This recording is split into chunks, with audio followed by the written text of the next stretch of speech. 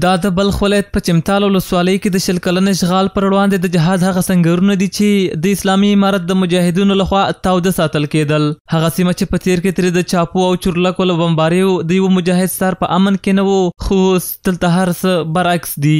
د الوتکو د غږونو پر ځای پکې د ازادۍ د ترانو غږونه اورېدل کېږي. د زړګي وینې خورم ژوند کومه که داسې وم قرار قرار مرمه. ډیر لیټم سره دی بل غلام دی مونږه ټوم خیل په خالی لاس مات کړل. د البرز د غرونو لمنې دي چې پکې د بلخ ولایت ګڼ شمېر مجاهدین او عام خلک راټول شوي او د تیرو یادونو او خاطرو د تازه کولو ترڅنګ پکې مشران مجاهدین ویناوې کوي او کشران پکې د ازادۍ ترانې غږوي. بس د خدای په مینا کې مست ملنګ زلمی یما. جهاد د ختمېدو لاره نه لري، جهاد د ستړي کېدو لاره نه لري، جهاد د دې ځای نه ده چې بس دغه وخلاص و دا تر ورځ تر قیامت شته. د برنامې د جوړولو مسؤلین وایي موخه یې پخواني یادونه تازه کول او د تیر په څیر د سنګر ملګري او عام خلک په یو ټغر راټولول دي. د موخه نو دې برنامې څخه دا و چې دغه زموږ د ولس په مابین کې فاصله پیدا نه شي، ځکه د 100 کال د ولس موږ ته ډوډۍ راکړي، اوبه راکړي، د خلکو مو په کورو کې ساتلي وو، دغه د ولسو خلک دغه ټول زموږ سنګرونه وو. نو په دې خاطر باندې موږ دلته راشو، دوی د احترام په خاطر باندې چې دوی زموږ ډېر عزت کړي، دوی د خدای تعالی عزت وکړي، نو دوی خاطر دا غونډه جوړ کړي. مشران مجاهدین وایي که چیرې داسې برنامې په ټول هیواد کې رامنځته شي د ولس او نظام ترمنځ به هېڅکله فاصلې را نه شي. یو شمېر نور مجاهدین بیا وایي داسې راټولېدو ورته پخواني یادونه تازه کړل او که چیرې داسې غونډې هر وخت رامنځته شي پایلې به یې مثبتې وي.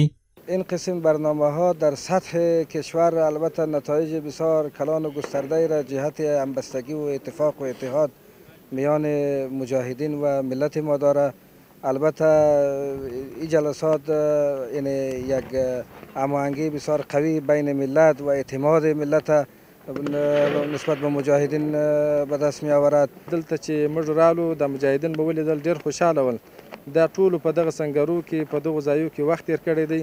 هغه د جهاد د زوړ یادګار، د شهیدانو یادګار او د زړو ملګرو یادګار هغه ټول د دوی په ذهن کې کښېنستل او دغسې برنامې د تل دپاره باید جوړې سي، ځکه د مجاهدینو هغه د جهاد اثر په ذهن کې دایم پاتې شي. په هره ساحه کې مجاهدین چې کم زاړه سنګرونه ورته دي او هغه زورېدلی او کړېدلی ملت دی، د هغو دپاره که داسې مجلسونه مجالس دایر سي تر څو د مجاهدینو او د زورېدلي ولس تر مابین اتفاق وحدت راسي، نو دا به یو ډېره ښه نتیجه او ډېره ښه ثمره ولري.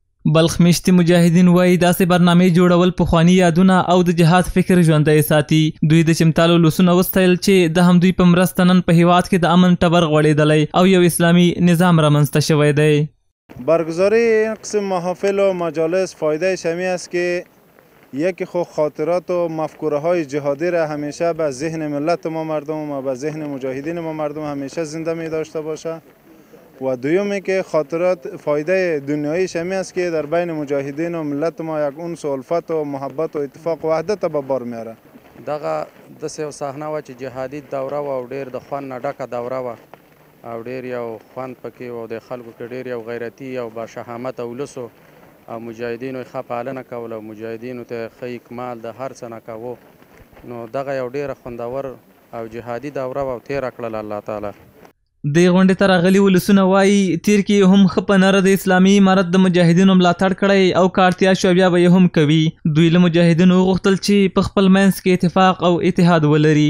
اولا ما مردم مجاهدین نمی قریام که بود خاتمه نمیتون مثل یک بیادر وارد روز تیر کده عالیمی نمیتون یک روز تیر کده هر محفلش باشه هر گپش باشه به ما مردم به مجتفیده احترام داره و هر گپ مشوره میکنه. عزیزیات دیگه ما هم توقع ندارم از پیش از اینا، مقصد اینا اتفاق و اتحاد باشند بین خود. بالکل داسې همکاري ورسره چې دا زه اوس دنیا و ته چې بل همسایه سم خوشحاله یم، لیکن نه بیرته هغه حال چې راشي دغه نه ورسره همکار وي چې تر اخرې سوګلې پر ورسره همکار هم یو ولاړ هم یو او موږ خوشحاله هم یو، لیکن دوی څخه دا توقع غواړو چې خدای نخواسته کبر لویي غرور ځینې ونه شي.